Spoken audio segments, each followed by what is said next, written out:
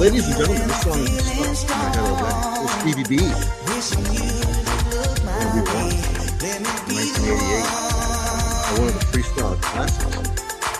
Welcome to another edition of The Locker Room. I'm your ugly ass host, Ryan Beck. 7:01 here. Spanish time. How much snow did you get? Wherever you're at. Freaking cold out too. But again, welcome to another edition of The Locker Room.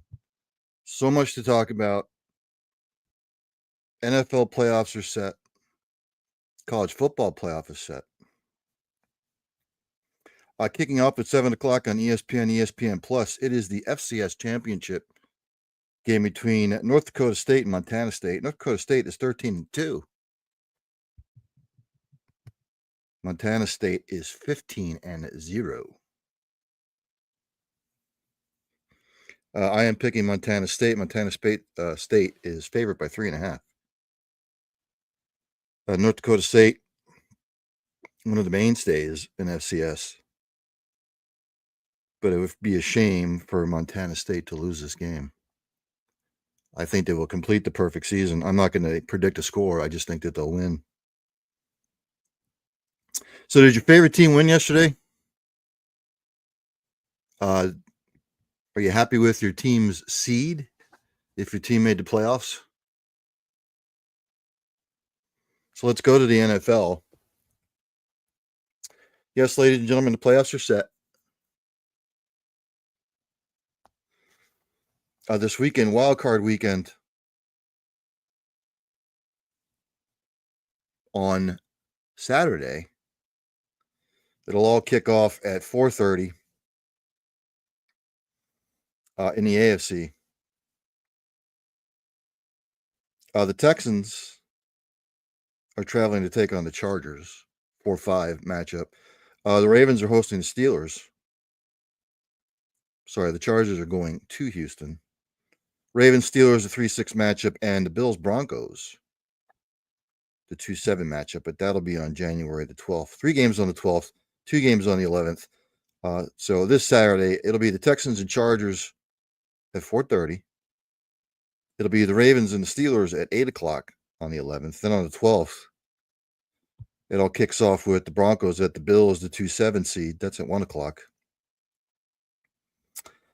Then the the Eagles and Packers will kick off at 4:30. And then we finish it up with the Buccaneers and the Commanders. And then on Monday, which is completely asinine, the Rams will host the Vikings. Talk about the games yesterday. We'll go over it here. Went over the games from Saturday. The Panthers and the Falcons didn't matter anyway. Falcons lose. Even if they had won, they still got knocked out by the Buccaneers. The Panthers finished the season 5-12. The Falcons missed the playoffs at 8-9. Lord knows what they'll do with Kirk Cousins and that whole fiasco. The Panthers will see what they do in the offseason. It looks like Bryce Young has turned the corner. He was 25 of 34 for 251 yards and 3 touchdowns yesterday. No picks. The team ran 30 times for 155 yards collectively. 3 touchdowns. Jalen Coker having a good season. 7 catches, 62 yards. Damani Richardson with 10 total tackles. Michael Penix Jr. for the Falcons. 21 of 38, 312, 2 touchdowns, no picks. Bijan Robinson had himself a day. 28 carries, 170 yards, 2 touchdowns. Drake London with his best day ever. 10 catches, 187 yards, and 2 touchdowns. Hayden Ellis, 10 total tackles.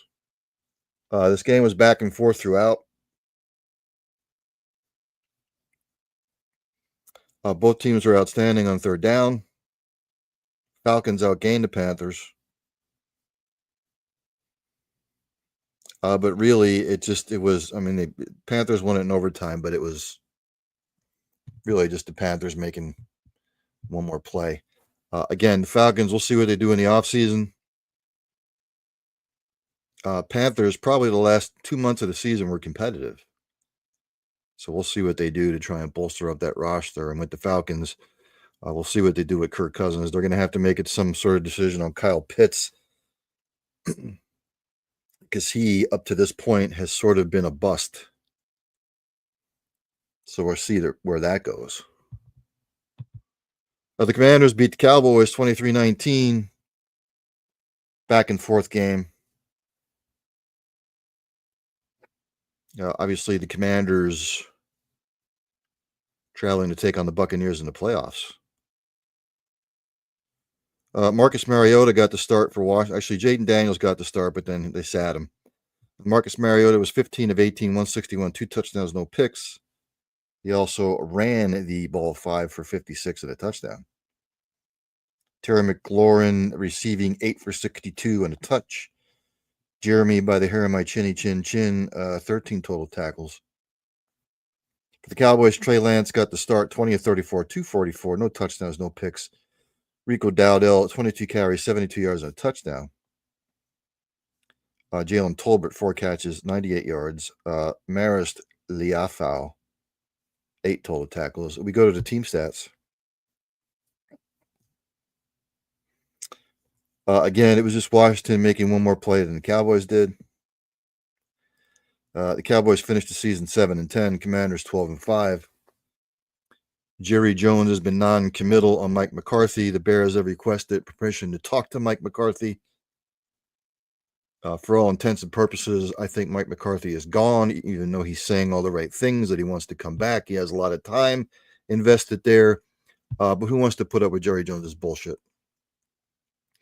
I think Mike McCarthy's probably had enough of it. And Mike McCarthy, I think, for the city of Chicago would be a good fit. The organization would not meddle like the ass clown does.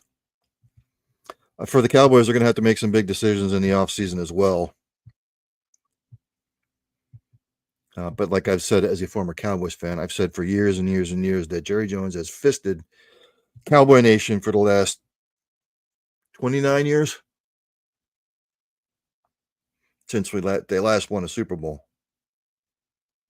What do you do with Dak? Dak just signed a big contract. CeeDee Lambert, what moves are they going to make to try and bring in people to solidify the roster and to take a turn? Don't know where they go. The Commanders, 12-5 overall, going to play the Buccaneers as the 5 seed. Or are they 6 seed? Let me go back and take a look. But anywho, we're going to play the Buccaneers. And of course, Cowboys Nation will say, if they can do it in Washington, why can't we do it here? So whoever the Cowboys bring in as a coach, it'll just be puppet on strings. So, again, I don't wish anything bad on the man. Just sell the goddamn team already. You've got 3 Super Bowls to your name as an owner, the whole 9 yards. Just do the right thing. The Packers had an opportunity to go to the 6th seed, but the Commanders won anyway, so that would have nixed that. But the Bears beat the Packers 24-22. To snap I think it was a 7-game slide to the Bears, to the Packers. Caleb Williams was 20 of 29, 148, a touchdown, no picks. DeAndre Swift, 20 carries, 65 yards a touch. DJ Moore, 9 receptions, 86 yards and a touchdown. Kevin Byard, third with 14 total tackles. For Green Bay, Jordan Love started. He nicked up his throwing hand or elbow, or whatever the hell they're saying. He was 7 of 12, 69 yards, no touchdowns, no picks. Malik Willis came in 10 of 13, 136, no touchdowns, no picks. Emmanuel Lewis, the leading rusher, 14 of 73 and a touchdown. Malik Heath, 3 catches, 53 yards. Edgerrin Cooper, Eric Wilson, 7 total tackles apiece. Bears and the Packers both turned it over 2 times. Really, the difference in the game was the fact that Green Bay was 3 of 10 on third down. Chicago was 7 of 14.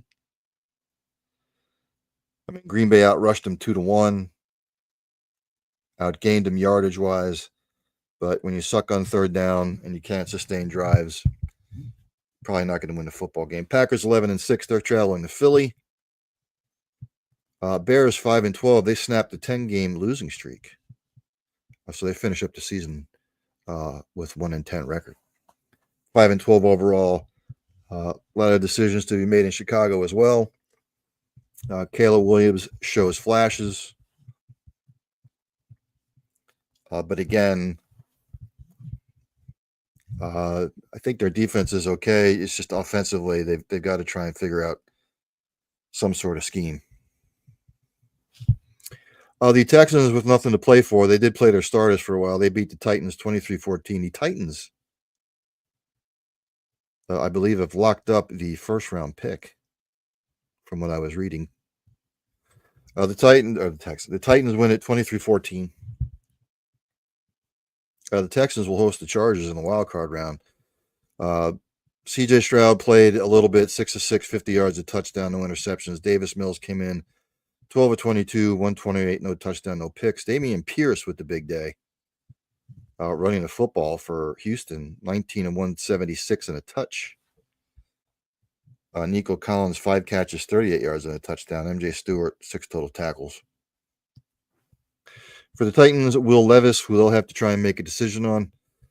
9 out of 17, 175, a touchdown, no picks. Tony Pollard, 22 carries, 62 yards. Calvin Ridley, 3 catches, 76 yards receiving. And Darrell Worley and Luke Gifford, 7 total tackles apiece.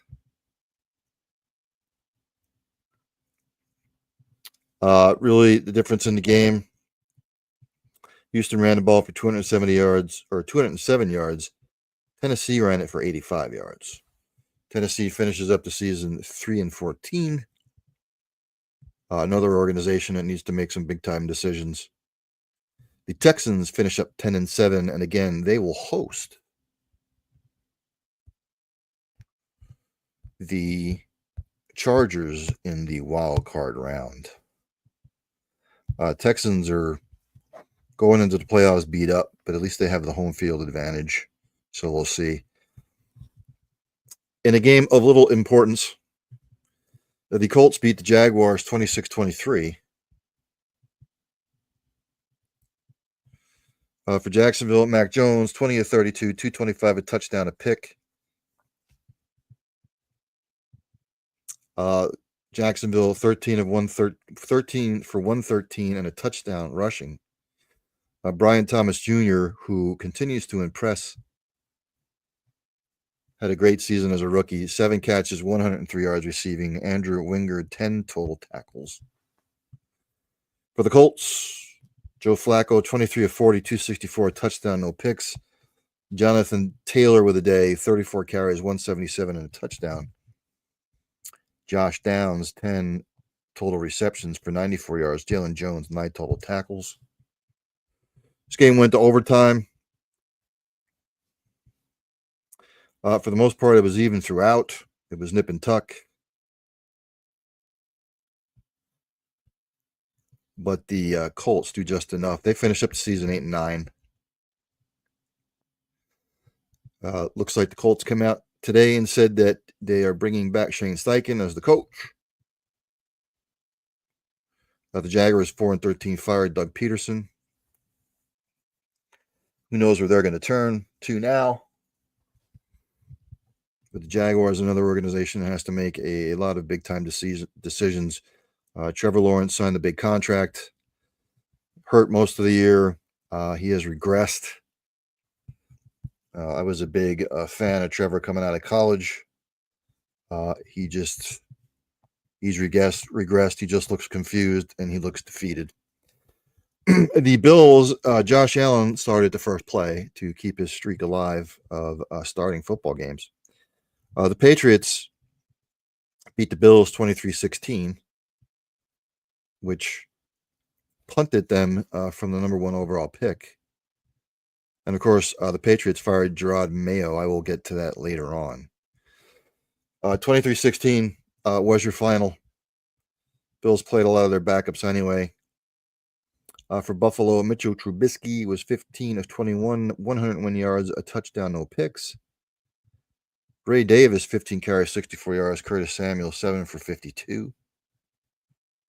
Joe Anderson, 10 total tackles. For the Patriots, Joe Milton III came in and had a good game. 22 of 29, 241, a touchdown, no picks. Antonio Gibson, 12 carries, 41 yards. Kayshon Boutte, 7 catches, 117, a touchdown. Christian Ellis, 13 total tackles. Team stats. Patriots only ran the ball for 77 yards. Buffalo really didn't do much. But look, Buffalo sat most of their starters. And the Patriots with the W. Again, Gerard Mayo fired, which is a bullshit move by Kraft and that organization. The Bills finish up the season 13-4, locked into the 2 seed. They host the Broncos in the NFC wildcard round. As the bouncing ball rolls forward here. The Eagles, with their second string, beat the Giants in their first string.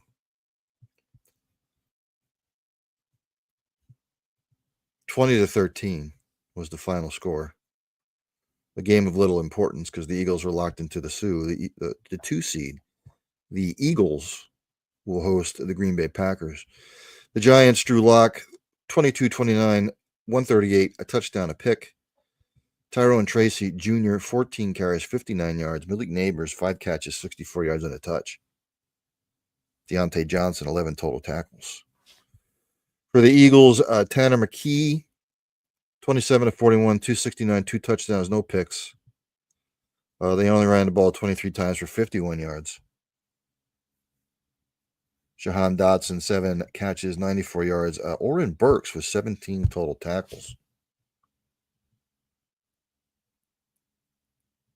The Giants, Eagles didn't do much either. But again, a game of little importance. Eagles finish up the season at 14-3 as the 2 seed. The Giants, who are bringing back Brian Daboll and Joe Shane, whatever the hell he calls his last name. Giants fans are probably ready to commit Harry Carey. Sounds like this was their plan all along. Figure out the quarterback position. Is Drew Lock the answer? Who knows? Eagles will have a tough matchup with the Packers, but they've already beaten them this year. And the Giants shining up their clubs. And again, I don't know. You got rid of Barkley. Daniel Jones was a mistake, and you just, the Giants fans, I don't know what to tell you. The Buccaneers solidify the 4 seed. The Buccaneers with the win over the Saints. They solidified the 3rd seed. They beat the Saints 27-19.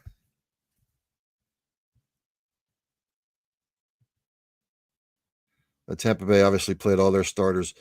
For the Saints, Spencer Rattler was 26-42, 240, a touchdown, a pick. New Orleans could not run the football against Tampa Bay's stout run defense. 19 carries collectively, 64 yards. Juwan Johnson, tight end, 6 catches, 80 yards. Demario Davis, 9 total tackles. Baker Mayfield was 21-32, 221, 2 touchdowns, a pick. Bucky Irving, 19 for 89 and a touchdown. Mike Evans, 9 catches, 89 yards. And, of course, at the end of the game, he gets his 5 yards for 1,000 yards and gets his $3 million. Which, whatever. Okay. Josh Hayes, 11 total tackles. Again, Buccaneers ran the ball for 179 yards. New Orleans, 64. Tampa Bay was 10-16 on 3rd down. The Saints were 3-13. So Tampa Bay finishes up the season 10-7 and you're your NFC South winner and the 3 seed. The Saints, 5-12. Started off the year 2-0. finish up 3-12. Again, the Saints, another organization that needs to really evaluate where they're at. Don't know what they're going to do going forward. Alvin Kamara? What do you do with Derek Carr? Another team that's a mess. The Broncos beat the shit out of my Chiefs, 38-0. Chiefs sat everybody for the most part. Carson Wentz was 10-17, 98 yards, no touchdowns, no picks. They only ran the ball 11 times for 27 yards. 10 total receptions for 98 yards. Cam Jones, 12 total tackles. For the Broncos, Bo Nix, 26-29, 321 yards, 4 touchdowns, no picks. Collectively, they ran the ball 43 times, 158 yards, and a touchdown. Marvin Mims Jr., 5 receptions, 51 yards, 2 touchdowns receiving. Cortland Sutton, 5 for 98 and a touch. The game was a wash. Kansas City couldn't do anything. Basically knocked the Dolphins and the Bengals out of the playoffs. And let me just address this now, because I see stuff all over social media and that the Chiefs tanked the game so that the Bengals couldn't make the playoffs because they're afraid of the Bengals. No, they're not. I said it on social media yesterday. The Bengals beat 2 teams with a winning record this year, the Steelers and the Broncos. They lost to the Patriots. Every team, most of the teams that they played with a winning record, they lost. So even if they would have made the playoffs, the offense would have had to carry them because the defense is pathetic. And they fired their defensive coordinator, which he's a scapegoat, obviously. But look, maybe the Chiefs' backups that's what you get with the backups, that they didn't try. Really, the game for the Chiefs had no meaning. You knew after the Christmas Day game that the Chiefs weren't going to play their starters. Period. So all these people who are saying that, the Chiefs tanked the game so they didn't let the Bengals in. How about the Bengals not listen to the Patriots? Bengals shouldn't have been in that position anyway. How about winning more games? Just like the Dolphins. How about winning more games? To put yourself in position to make the playoffs. But if that's what people want to believe, more power to you. But Pittsburgh wouldn't be afraid of Cincinnati. Baltimore wouldn't be afraid of Cincinnati. Buffalo wouldn't be afraid of Cincinnati. Just put the peyote pipe down. Again, if your team wants to make the playoffs and you don't have to rely on other teams, win more games. So the Broncos are in as the 7 seed. The Chiefs get the bye. The Chargers put it on the Raiders to solidify the 6 seed.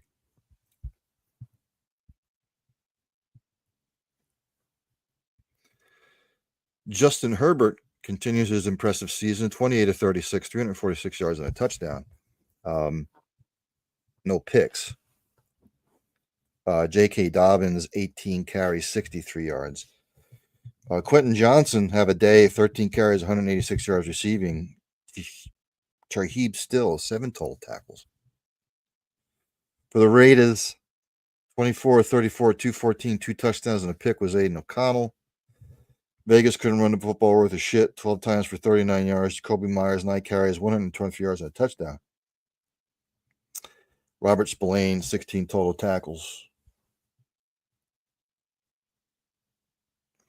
Again, if you're only running the ball for 39 yards and you're only 2-9 on third down, you're going to get your ass kicked. So the Chargers finished the season 11-6. Raiders finished 4-3. I think Antonio Pierce will get fired. The honeymoon has been way over. But who knows? Maybe they'll retain him. The Chargers will travel to take on the Texans.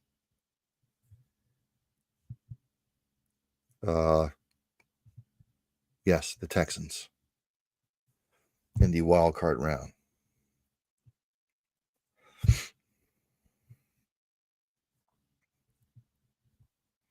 As the bouncing ball moves here.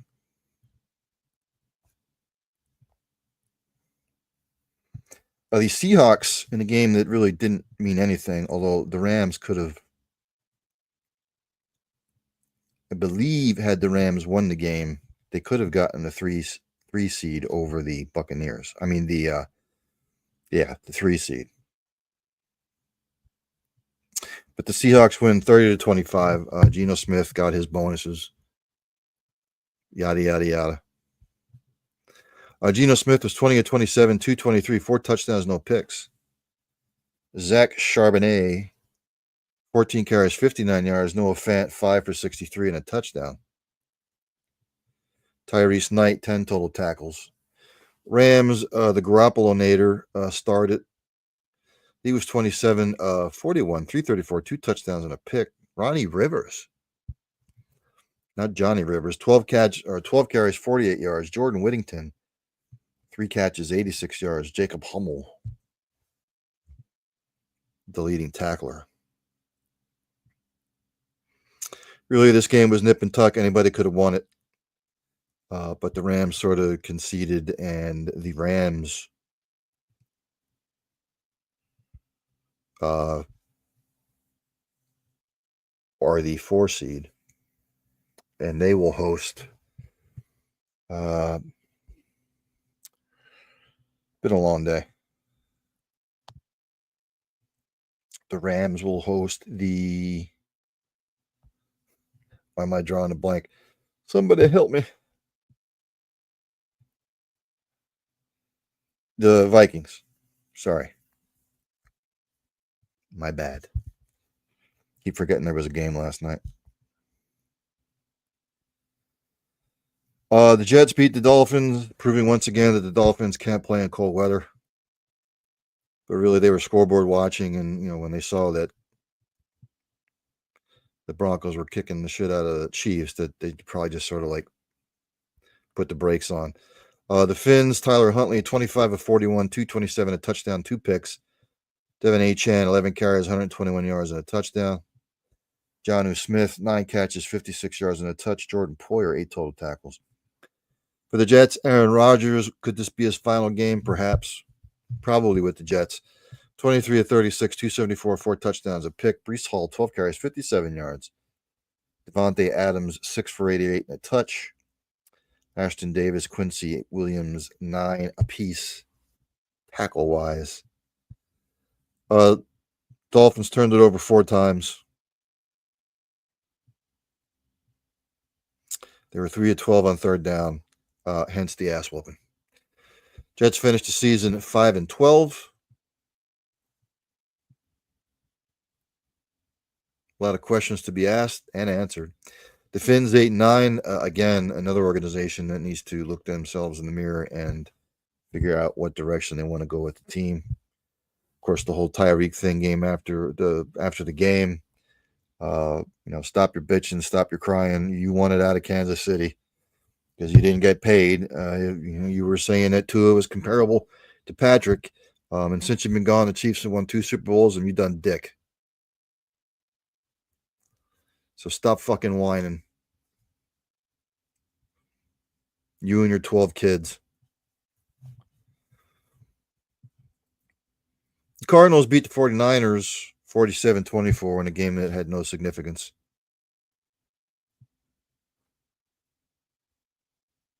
Joshua Dobbs for the 49ers was 29 of 43, 326, 2 touchdowns, 2 picks. Patrick Taylor Jr., 17 carries, 109. Ricky Pearsall, 6 catches, 69 yards and a touch. Fred Warner, 8 total tackles. For the Zonas, Kyler Murray was 25 of 35, 242, 4 touchdowns, no picks. Tony Jones Jr., 4 carries, 55 yards and a touch. Trey McBride, 7 catches, 65 yards and a touch. Kazir White, Jalen Thompson, 10 total tackles apiece. Team stats, all you need to know, Arizona didn't turn it over any times. San Francisco turned it over 3 times, was penalized 13 times for 85 yards, and they were 5-13 on third down.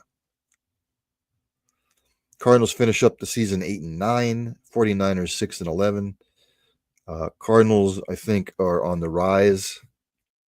See what they do in the offseason. The 49ers, just a season to forget. Injury riddled, and everybody knows what happens to the Super Bowl loser of the previous year.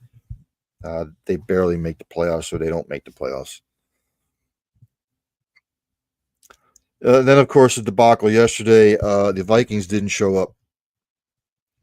This was for home field in the NFC. Lions beat the Vikings 31-9. It was only 10-6 at the half.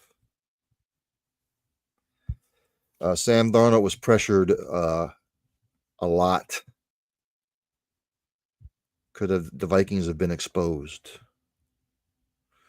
Sam Darnold was 18-41, 166, no touchdowns, no picks.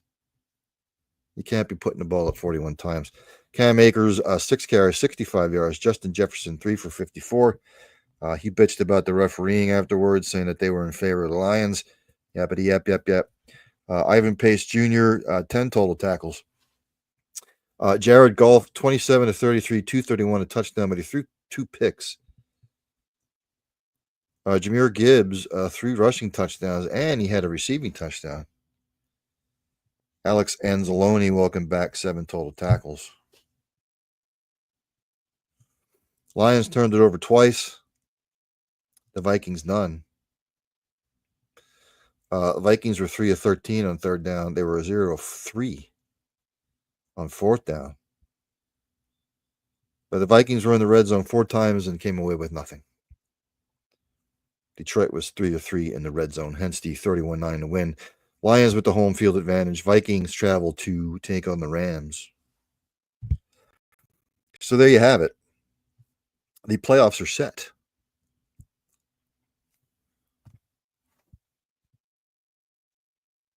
News and notes from around the league.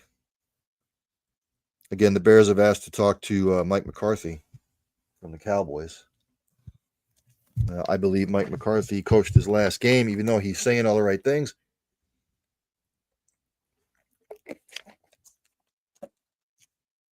I think the Cowboys will go in a different direction, but it won't matter.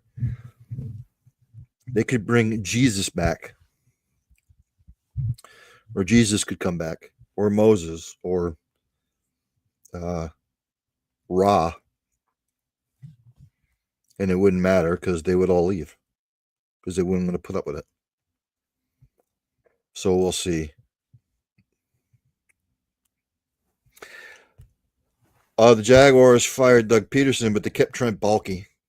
Go figure.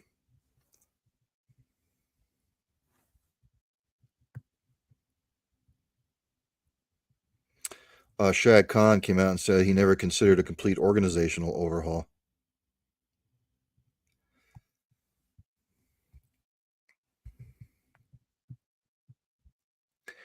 Khan said, "What is a complete overhaul of the franchise? Health and wellness of the players, medical statistics, analysis, scouting, and a number of other elements, along with contract administration.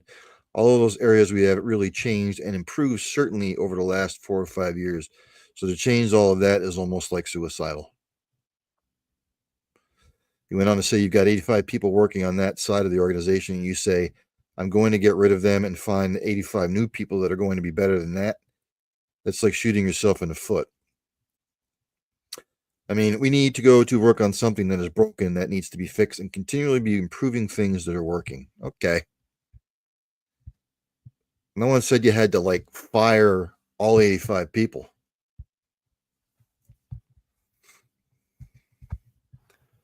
But obviously Trent Baalke isn't doing something right.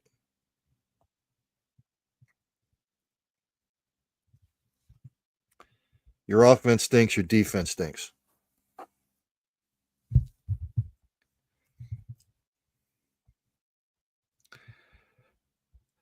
I don't understand.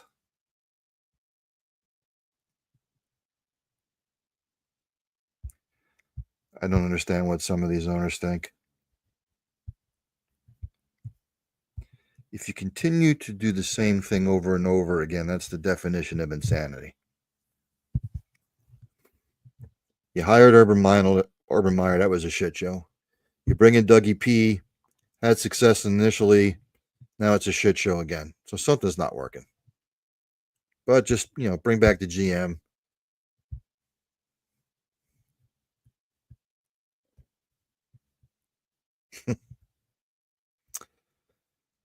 Packers Christian Watson, receiver, has a season-ending injury. He tore his ACL. Big blow for the Packers, but they still have a deep wide receiver room.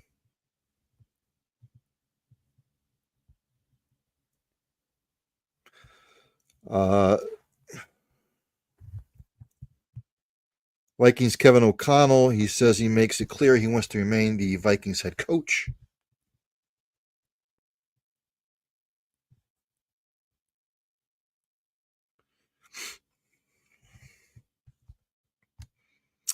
Why wouldn't you want to stay? But again, they've got themselves a quarterback issue because you drafted J.J. McCarthy, you brought Sam Darnold in. Probably didn't think Darnold was going to have the season that he did, but he has, and now you're in a bind. But yeah, I mean, he's obviously had success there, and why wouldn't you want to stay? We'll see what they do in the playoffs. They got exposed a little bit yesterday.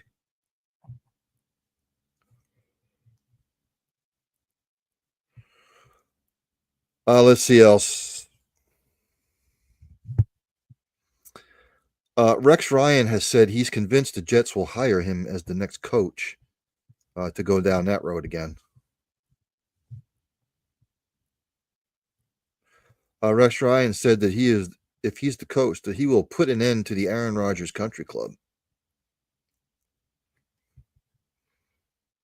On ESPN's New York radio.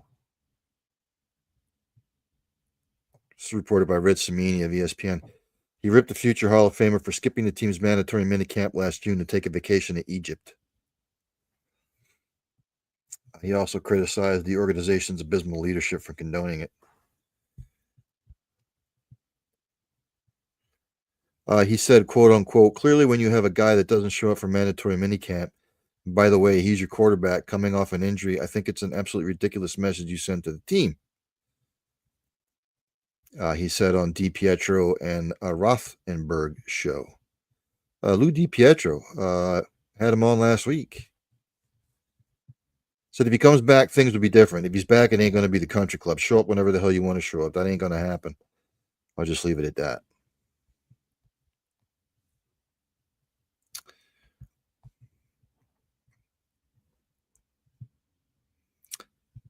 Rex Ryan went on to say, the reason I think I'm going to get it is because I'm the best guy for it. It ain't close. The thing you have to do is you have to connect with your football team. You have to connect with your fan base. The way they play, that's the most important thing. It's not just the X's and O's and all that. This Ben Johnson, I love him. I absolutely love him. But I'm a better candidate for the job than he would be. I just remember Rex Ryan was 46 or 46 and 50 in 6 seasons with the Jets. He did lead the Jets to the playoffs, back-to-back AFC championship games in 2009 and 2010. But 2014, remember, he went 4-12.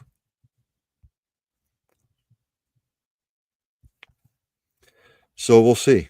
We'll see where the Jets go. What do you do at the quarterback spot, first of all? What are you going to do with Devontae Adams, Garrett Wilson? You have a slew of running backs that you didn't utilize this year, which I don't know why. It's just a mess. Derek Carr says he's super positive and talks with the Saints for next year. Again, I don't know what's going to happen there because he has a propensity to getting hurt.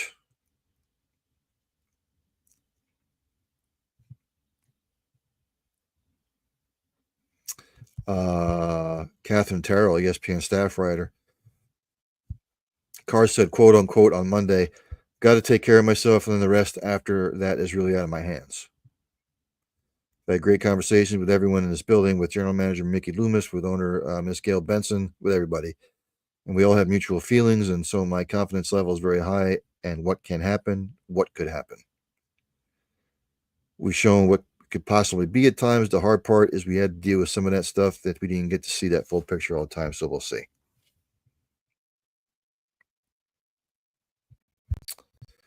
Saints interim coach Darren Rizzi confirmed he will interview for the vacant position probably as early as next week. Carr is due $40 million next year and will count $45 million against the salary cap in 2025 if the Saints don't restructure his contract. So that's coming. Saints are expected to be significantly over the salary cap this offseason. They'll have to release or restructure multiple contracts to become cap compliant. And a partridge in a pear tree. Again, I don't know where the Saints are going to go.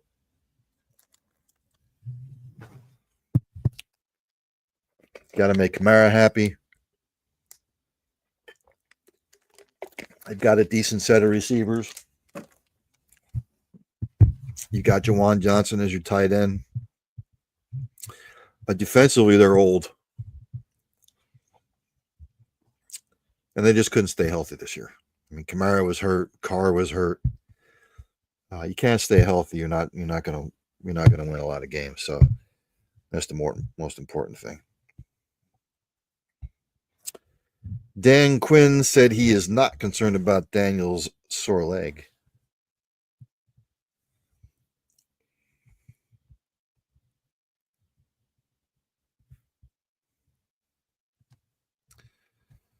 So, I mean, he got pulled in the game yesterday, probably to prevent further injury.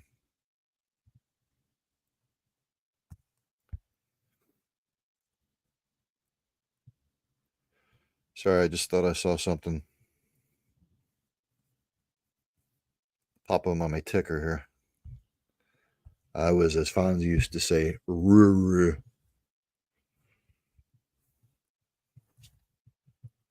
The 49ers, Fred Ward said he's unsure of his return to the 49ers.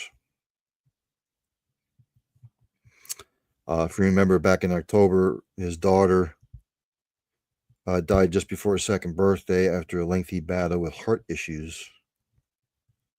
Coupled that with a 6-11 season.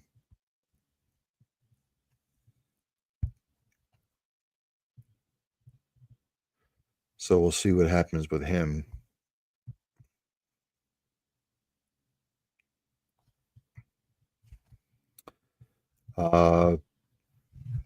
Again, 49ers, another organization that has to make a lot of decisions. Brock Purdy, his status, what do you do with him? Again, the 49ers are just riddled with injuries.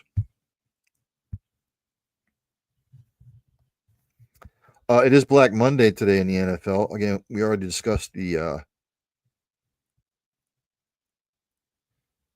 firing of Dougie P. And again, the Bears have requested interviews with Vikings defensive coordinator Brian Flores and Steelers offensive coordinator Arthur Smith.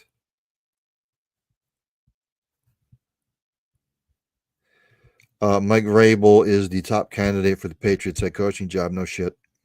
Again, the Gerard Mayo situation, I'll just say this about the Crafts and that organization. What a bullshit move, what a cop-out move. You basically set him up for failure. You knew the team was going to suck. And again, it didn't matter who they would have brought in this year. They would have been 4-13 or 5-12. Is Drake May the future? What do you do with Drake May? What do you do with Joe Milton? I think Drake May is going to be a hell of a quarterback. He needs pieces around him. But right now, the organization's in disarray. Even if Mike Vrabel comes in, whoever comes in, are you going to improve from 4-13? I mean, to a playoff team? I don't know. I mean, the Commanders brought in Dan Quinn, and look at where they are. They have Jaden Daniels. You've got to build that offense around Drake. And Mike Vrabel's a defensive guy. So I'm sure he would have the defense ready, but the offense, it's not good.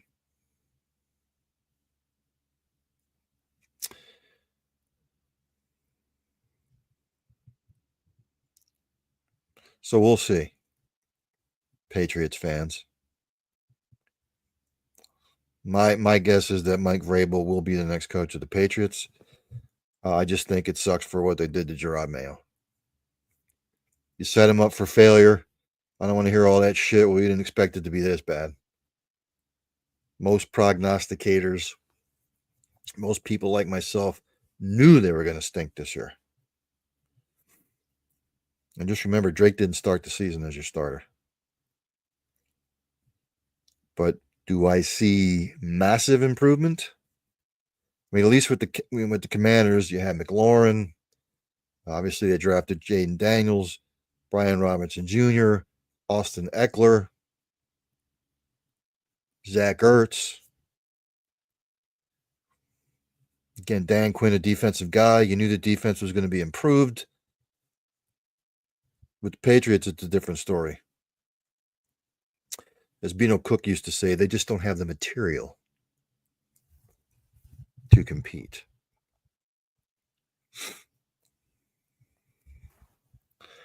The Saints head coaching search. They requested interviews with Lions defensive coordinator Aaron Glenn, Eagles offensive coordinator Kellen Moore, Bills offensive coordinator Joe Brady, and Dolphins defensive coordinator Anthony Weaver. Darren Rizzi, who was the interim, he will also interview.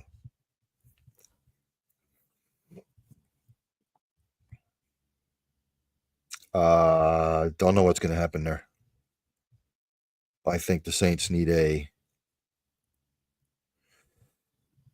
defensive-minded coach who hires a good offense coordinator. But again, the Saints need to stay healthy too. And they just weren't healthy this year. They got bit by the injury bug. Already talked about Mike McCarthy being requested by the Bears for an interview. Also, Todd Monken. They request to interview him, the Ravens offense coordinator.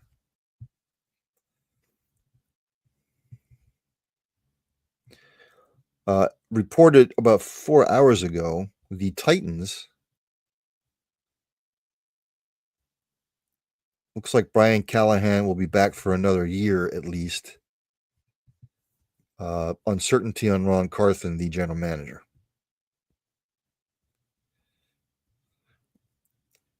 So remember, Titans brought in a lot of free agents. Tony Pollard.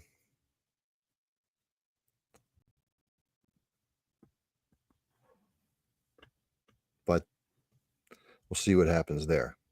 Again, they're a mess at the quarterback position. Will Levis, probably not the answer. Mason Rudolph, who I thought would be a decent quarterback in the league. He's been a journeyman.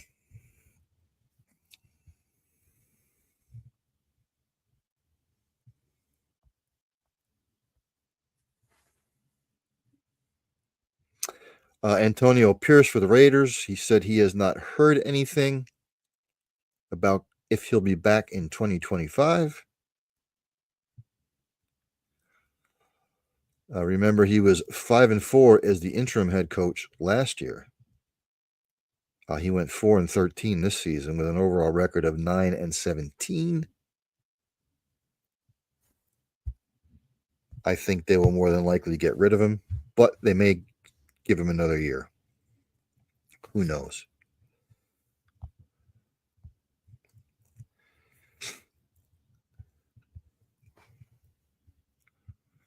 The Jets,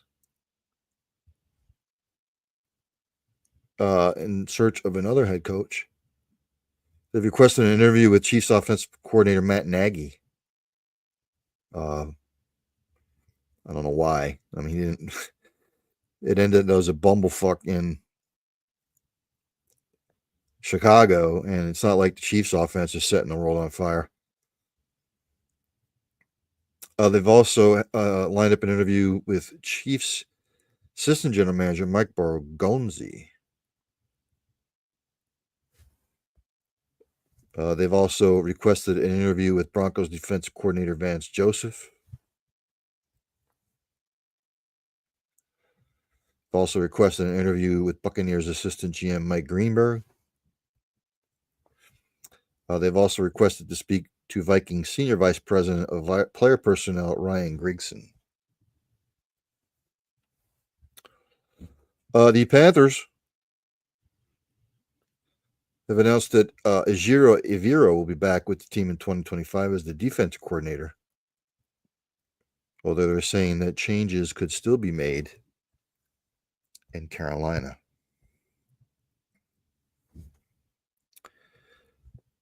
The Jets GM update. They completed interviews with Louis Riddick, Jim Nagy, John Robinson, and Thomas Dimitroff. The Seahawks fired offensive coordinator Ryan Grubb after just one season. Okay. I mean, the offense wasn't horrible. It finished 10-7. You know, sometimes I get fucking irritated with the fact that, yeah, let's just fire the coordinator. Let's fire the coordinators.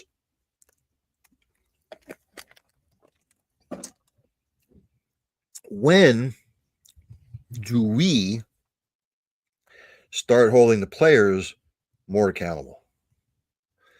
Because the players are always going to point the finger at the coaches. It's not like the defense coordinator or offense coordinator can go out there and say, yeah, I can't tell you anymore. I can't offer you any more information. If you're not getting it by now, get off the goddamn field. We finished 10-7. Wasn't a bad year. You've been here for a year. You know, we need to go in a different direction.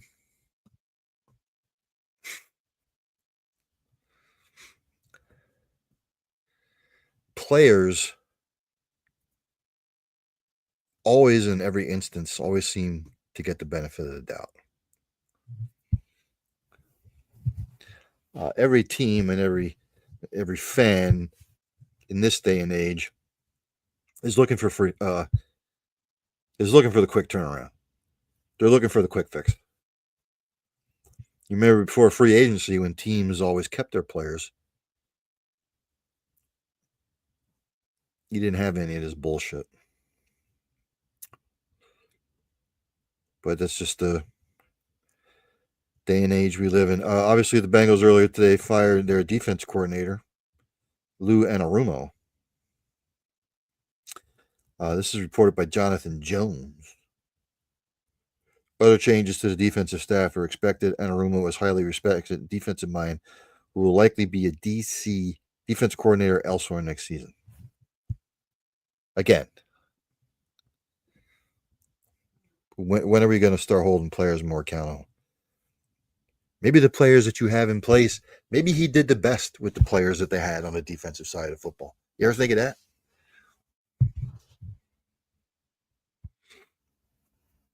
You ever think of that?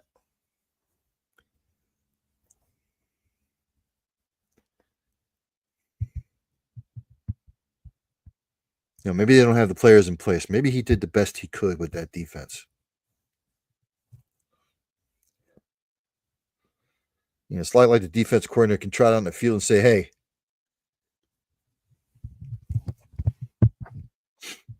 you know, I can't run out there and play a cornerback for you. I can't go out there and play a defensive nose tackle.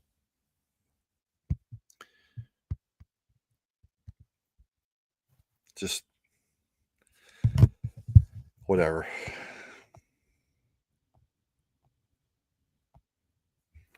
And again, in New York, the Giants are keeping Joe Schoen and Brian Daboll. In a statement released by the president of the Giants, John Mara, Now that our season is over, we felt it necessary to make the statement Joe Schoen and Brian Daboll will continue to their respective roles with the organization.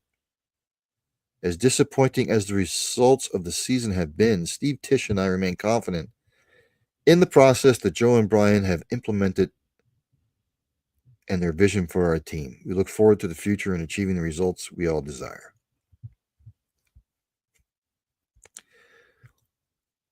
Yeah. You sucked last year. You sucked this year. I guess that's what division is.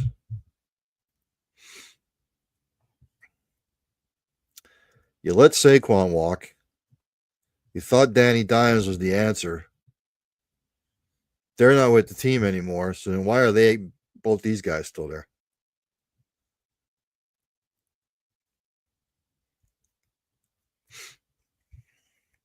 Do these owners, do they have prescription for like gummies that they're like overindulging in?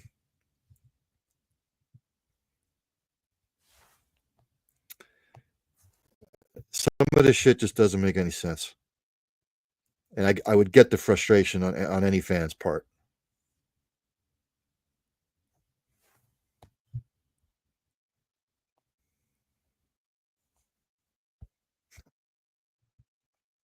So the silly season will continue, I'm sure. I keep looking for some updates here.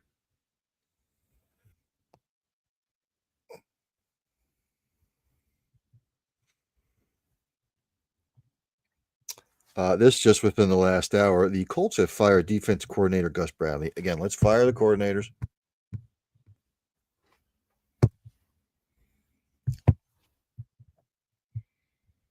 I don't know what the rankings are with the Colts defensively, but did you see the offense this year? But we'll start firing coordinators. What the hell? It's the easy way out. That's the easy way out now, is to fire the coordinators.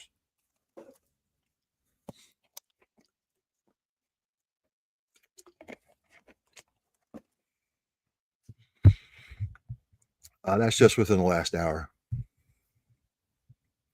So let's go to the playoffs. I'll have more on Wednesday in a special edition of End Zone to End Zone because Thursday I will not be having a show because I've got shit I got to take care of. So this coming Saturday, it all kicks off on the 11th. The Texans will host the Chargers. Chargers are favored by 3, ladies and gentlemen. I don't like the way the Texans are playing. I think they're beat up. I think the Chargers aren't going to change who they are. They know their formula. That is run the football, play good defense, don't turn the ball over. I'm going to take the Chargers to win this game.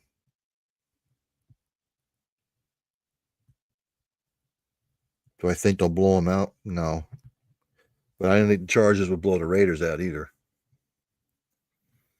I'm going to have the Chargers advancing. Also on the 11th, the late game at 8 o'clock, the Ravens host the Steelers. Baltimore's favored by 10. That's kind of high, especially for the playoffs, as far as I'm concerned. So Vegas has no faith in Pittsburgh after what they've seen the last month. Well, I mean, I'm going to take the Ravens to advance. Do I think they'll blow them out? No. Then we get to the 12th on Sunday. It will all kick off at 1 o'clock. The Bills host the Broncos, the 2 seed and the 7 seed. Buffalo's favored by 8.5. I think the Broncos will make it a game in the first half. I just think the Bills pull away in the second half. Buffalo will advance. So that means I would have the Chiefs and the Chargers in the second round, and the Ravens and the Bills in the second round. Then in the NFC, on January 12th, Sunday. It all kicks off at 4:30 p.m. The Eagles are hosting the Packers. Philadelphia favored by 4, showing some respect to Green Bay. I think the Eagles will win this game. We still have to hear about what's going on with Jalen Hurts. Eagles should advance. And then at 8 p.m., which is stupid, by the way, to play. Don't get me started. At 8 p.m., the Buccaneers will host the Commanders.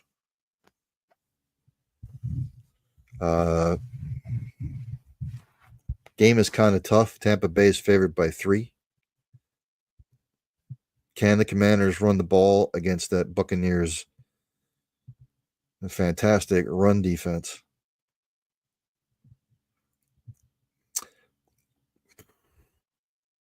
I will take the Buccaneers to advance. So the Buccaneers will wind up playing the Eagles. And then, of course, Monday night, which is asinine. The Rams will host the Vikings. Look, Minnesota's had a fantastic season. If you don't think the Rams took note of what Detroit did to Minnesota, Rams are getting healthy just at the right time. I'm going to actually have the Rams advance. So it's going to be in the second round. It's going to be the Lions against the Rams, and the Buccaneers and the Eagles in the second round. I will not pick the second round. So there you have it on the NFL front. Oh, and then this week, ladies and gentlemen, on Thursday and then Friday, early on, actually in the second, North Dakota State's up on Montana State 14-3. I picked Montana State earlier to win. It looks like North Dakota State making me look like a fool. Powerhouse that they are. But the college football Final Four, it'll all kick off on Thursday. Penn State and Notre Dame. This is the 6-7 seed game. Notre Dame's favored by 2.5. It's essentially a pick'em game.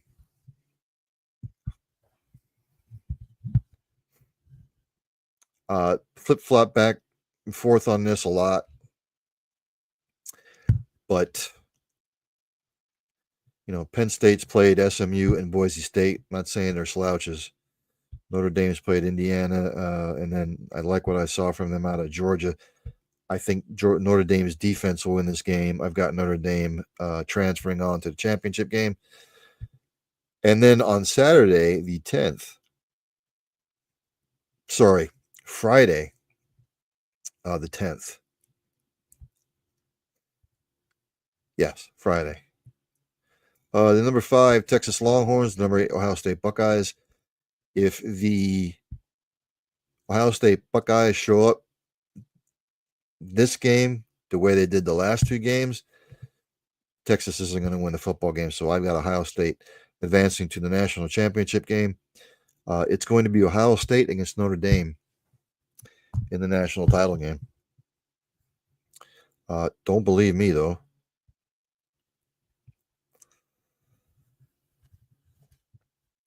I will get more into college football on the line of scrimmage tomorrow. There's a lot to get into, not just the college football playoff.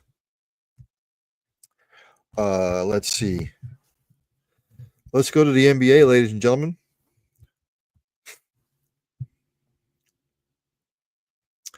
Bunch of games on tonight. Right now at half, the Trailblazers are up on the Pistons 60-51. At the half, 76ers and the Suns, 76ers up 46-42. Joel Embiid not playing again, but the 76ers seem to have turned a corner here. Late in the first, the Nets over the Pacers 22-21. And late in the first, Knicks over the Magics 28-24. End of the first, the Bucks are up on the Raptors 28-19. 8 o'clock. Spurs at the Bulls, the Mavericks at the Grizz, the Clippers at the Timberwolves, the Heat at the Kings. Some news and notes from around the world in the NBA. Zion is upgraded to questionable. He nears the Pelicans' return. Okay. He is this generation's Greg Oden. And also this generation's Sam Bowie. Karl Anthony Towns has been ruled out. Obviously, he's not playing for the Knicks tonight. Dallas Mavericks, Kyrie Irving, he is out 1 to 2 weeks. He has a bulging disc in his back, from what the injury report is stating here. Embiid with a foot injury. He is sitting tonight. Go figure.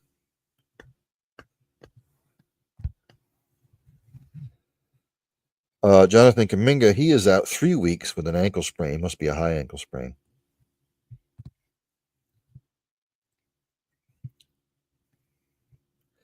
And of course, Jimmy Butler was suspended 6 games because he's a diva. Who the hell would want to take him on? I'm tired of some of these athletes' bullshit stuff. Why can't you just be grateful to be playing basketball or football or whatever, have a mucho contract, and stop fucking whining? Because you know how many people out there who would jump at the opportunity.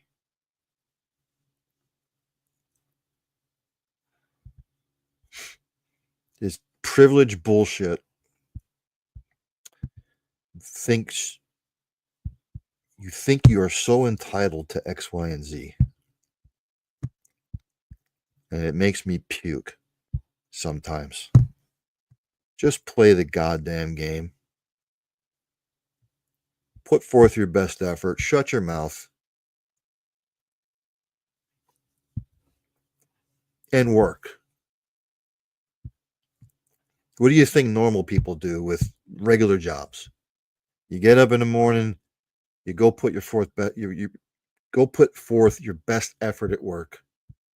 You keep your mouth shut, you keep your nose to the grindstone, and you keep plugging forward. You stop bitching.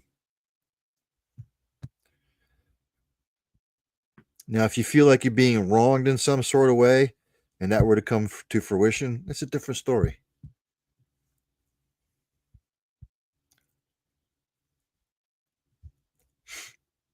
It just, I don't know where this elitist attitude has come from with athletes. Is it the money?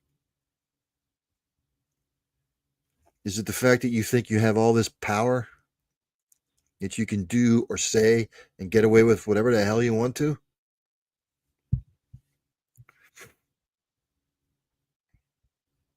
Just like with Draymond Green last week with him and Edie.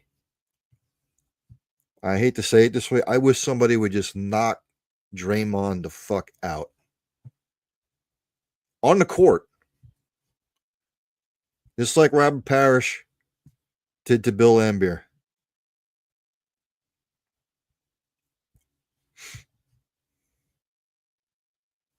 Give him a dose of his own medicine. Give some of these athletes doses of their own medicine. I'm sick and tired of it. It's like Justin Jefferson last night. You got your ass kicked, okay? Well, the refs, the calls are going their way. Deal with it. You're not going to get calls all the time.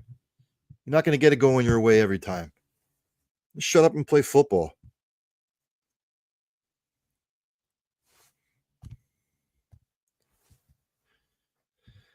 Let's go to the NBA standings, ladies and gentlemen. As we do often on here. The Cleveland Cavaliers sit atop the Eastern Conference. They are 31-4.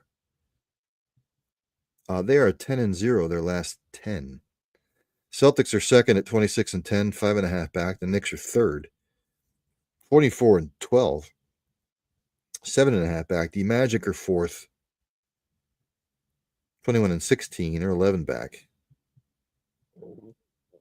The Bucks are fifth, 17-16, 13 games back, as well as are the Heat. The Hawks and the Pacers are both 18-18, 7th and 8th. They're 13.5 back. Pistons are 9th, 17-18, 14 games back. The Bulls are 10th, 16-19, 15 games back. 76ers, 14-19, 16 games back. The Nets, Raptors, Hornets, and Wizards looking for answers. In the Western Conference, the Oklahoma City Thunder have a grasp on that. They are 30-5. They are 10-0. Their last 10. They've won 15 in a row, ladies and gentlemen. Houston Rockets are second at 23-12, 7 back. The Grizz are third at 23-13, 7.5 back. The Nuggets fourth, 20-14, 9.5 back. The Lakers, Mavs, Clippers, all 20-15, 10 games back. The Spurs and the Warriors are 12 games back at 18-17. Timberwolves are 10th, 12.5 back. Kings, Suns, Blazers, Jazz, Pelicans, all looking for answers.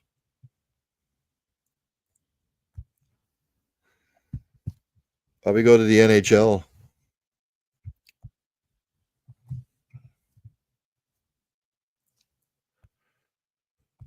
Not a lot of games today in the NHL. In the second right now, the Sabres are up on the Capitals 2-1. In the first, the Canucks and the Canadiens are tied 1 apiece. Later on, 9 o'clock, Panthers, Avalanche, Devils, Kraken at 10 p.m. Eastern Time.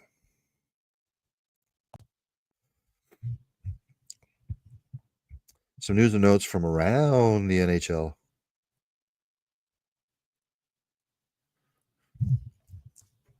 As my Verizon pad has frozen. Go figure.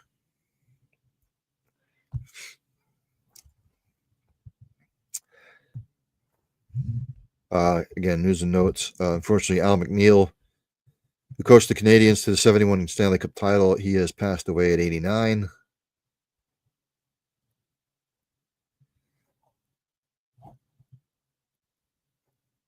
No death of course was provided.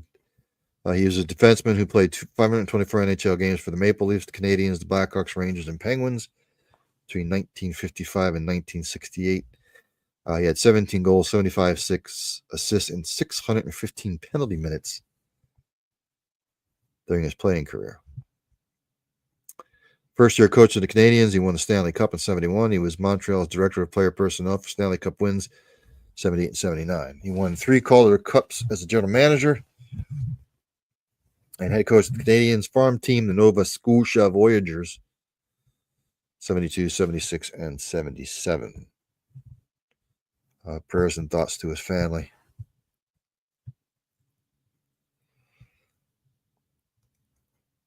The United States hockey team, the World Junior Hockey team, are champions. They topped Finland in overtime, 4-3. So congratulations to them.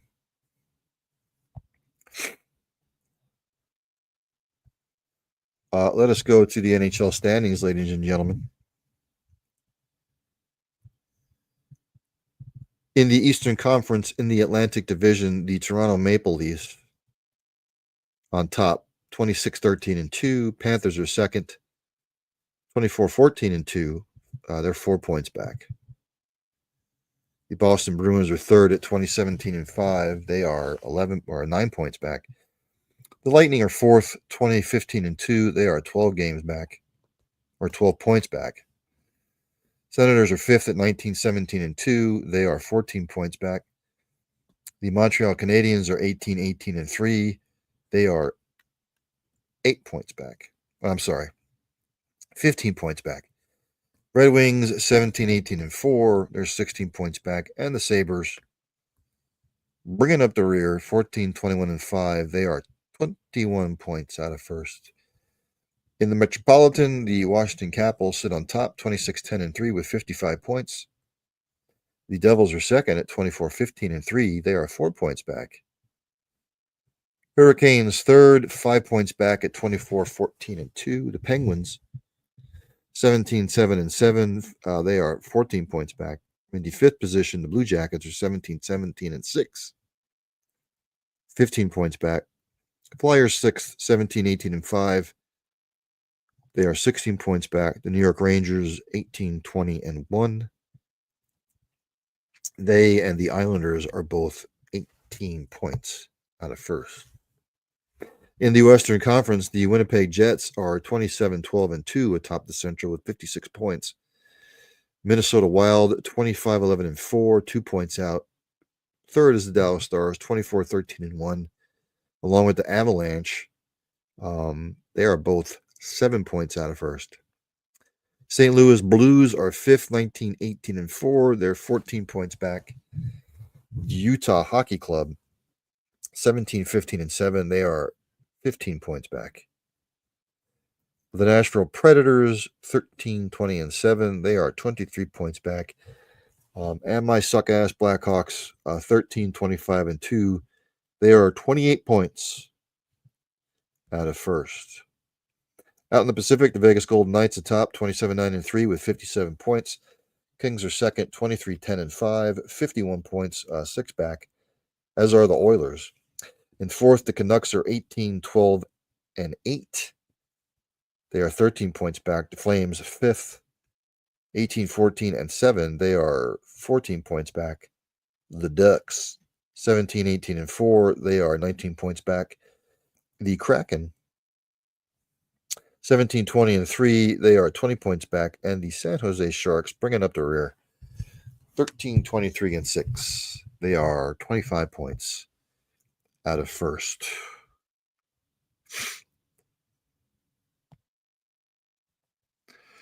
In golf this weekend, the PGA Tour has kicked off their Hawaii swing.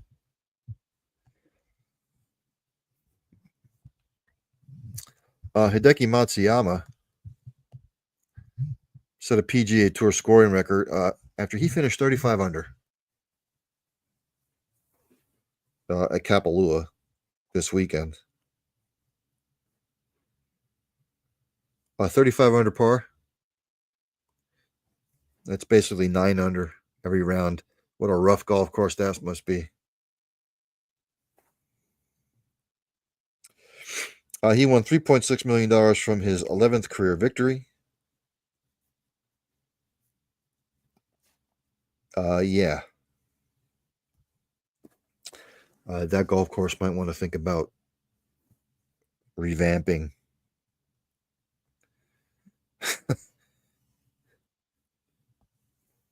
The course. This weekend will be the Sony Open Hawaii at the Wailea Country Club. Wailea Country Club. The purse is $8.7 million. That will take place from January 9th through the 12th.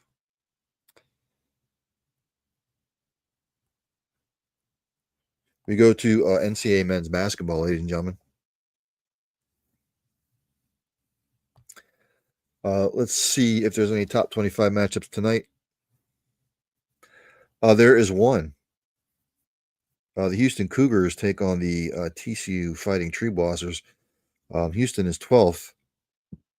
Houston's favored by 18.5. Let's go to this week's rankings for the men's. Last week I used the AP top 25. I will use the coaches poll top 25 this week. Utah State's 25th. Michigan's 24th. West Virginia's 23rd. Ole Miss is 22nd. UCLA is 21st. Memphis is 20th. Purdue's 19th. Gonzaga's 18th. Oregon 17th. Oklahoma 16th. Illinois 15th. Michigan State is 14th. Mississippi State's 13th. Kansas is 12th. Houston is 11th. UConn is 10th. Texas A&M 9th. Florida 8th. Kentucky 7th. Marquette is 6th. Alabama 5th. Duke 4th. Iowa State 3rd. Auburn 2nd. And Tennessee still undefeated atop the rankings at 14-0.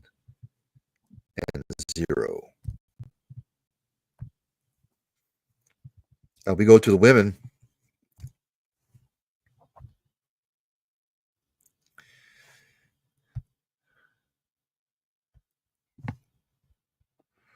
No top 25 matchups today. So let's go to the rankings. Again, I will use the coaches poll this week, and there is none. So I will go to the AP top 25 in the women's division. Michigan 25th, California 24th, Iowa 23rd, Utah 22nd, NC State 21st, Michigan State 20th, North Carolina 19th, Alabama 18th, West Virginia 17th, Tennessee 16th. Kentucky is 15th. Duke is 14th, Georgia Tech 13th, Kansas State 12th, TCU 11th. Oklahoma is 10th, Ohio State is 9th, Maryland is 8th, UConn is 7th, LSU 6th, Texas 5th, USC 4th, Notre Dame is 3rd, South Carolina 2nd, and unanimous number 1, UCLA, still undefeated at 15-0. We are about 2 months and change from March Madness.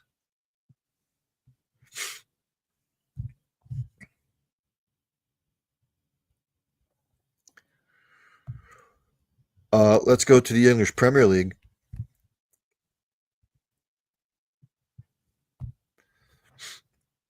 Some scores from this past weekend, ladies and gentlemen. I do the Premier League only because I would do the other divisions, but it would take me an hour just to do that. So, and most people follow the Premier League. On Saturday, Newcastle beat Tottenham 2-1.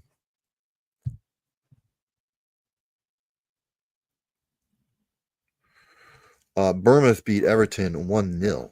Villa beat Leicester City 2-1. Palace and Chelsea, a 1-1 draw. Man City over West Ham 4-1. Brentford clobbered Southampton 5-0. And Brighton Hove and Arsenal tied a draw 1-1 apiece. Then on Sunday, Fulham and Ipswich tied 2-2. And Liverpool and Manchester United 2-2. Not 2-2 that you wear. And then today, Nottingham Forest all over Wolverhampton 3-0.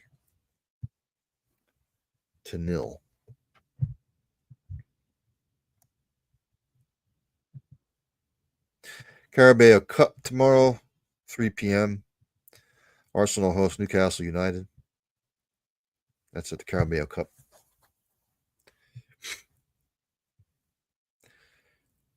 Wednesday, Carabao Cup. Tottenham is hosting Liverpool.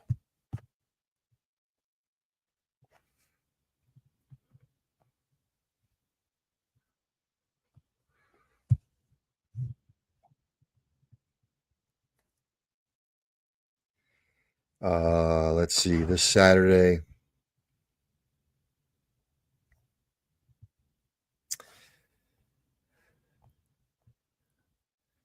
The FA Cup is in full swing. Just there are so many.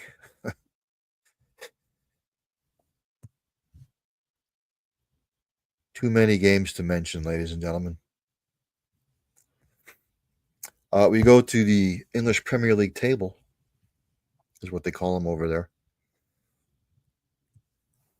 Liverpool sits on top with 46 points. Right now, Arsenal and Nottingham Forest are 6 points behind at 40 points apiece.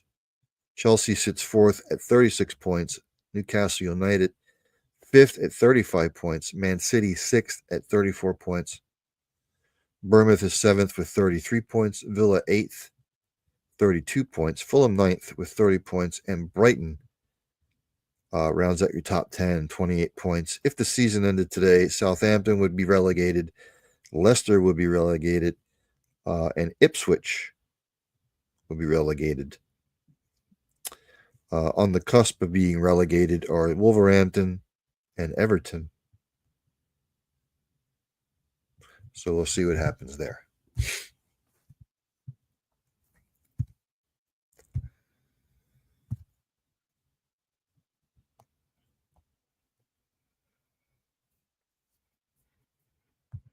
Let's see what else.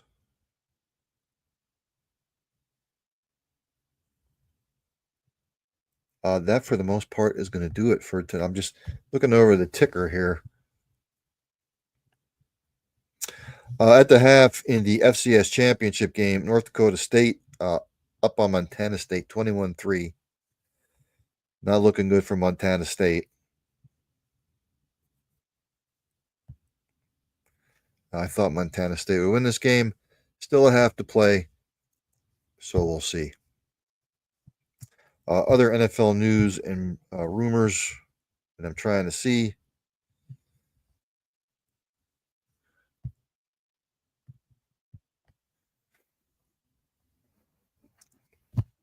Nothing really mind-blowing that I'm seeing here. So we'll end it there. It's almost 8:30. I will see everybody tomorrow on End Zone to End Zone. Much to discuss in the world of college football. Should be on at 7 o'clock. Excuse me. Thanks to everybody that tunes in live. Thanks to everybody that checks it out on the replay. Hit the subscribe button. Tell your friends, tell your senators, tell your congressmen, tell your state representatives to tune into the show. It's greatly appreciated. Spread the word. The viewership is greatly appreciated. So I will see everybody tomorrow at 7 o'clock. You enjoy your evening. Stay warm out there. It's cold.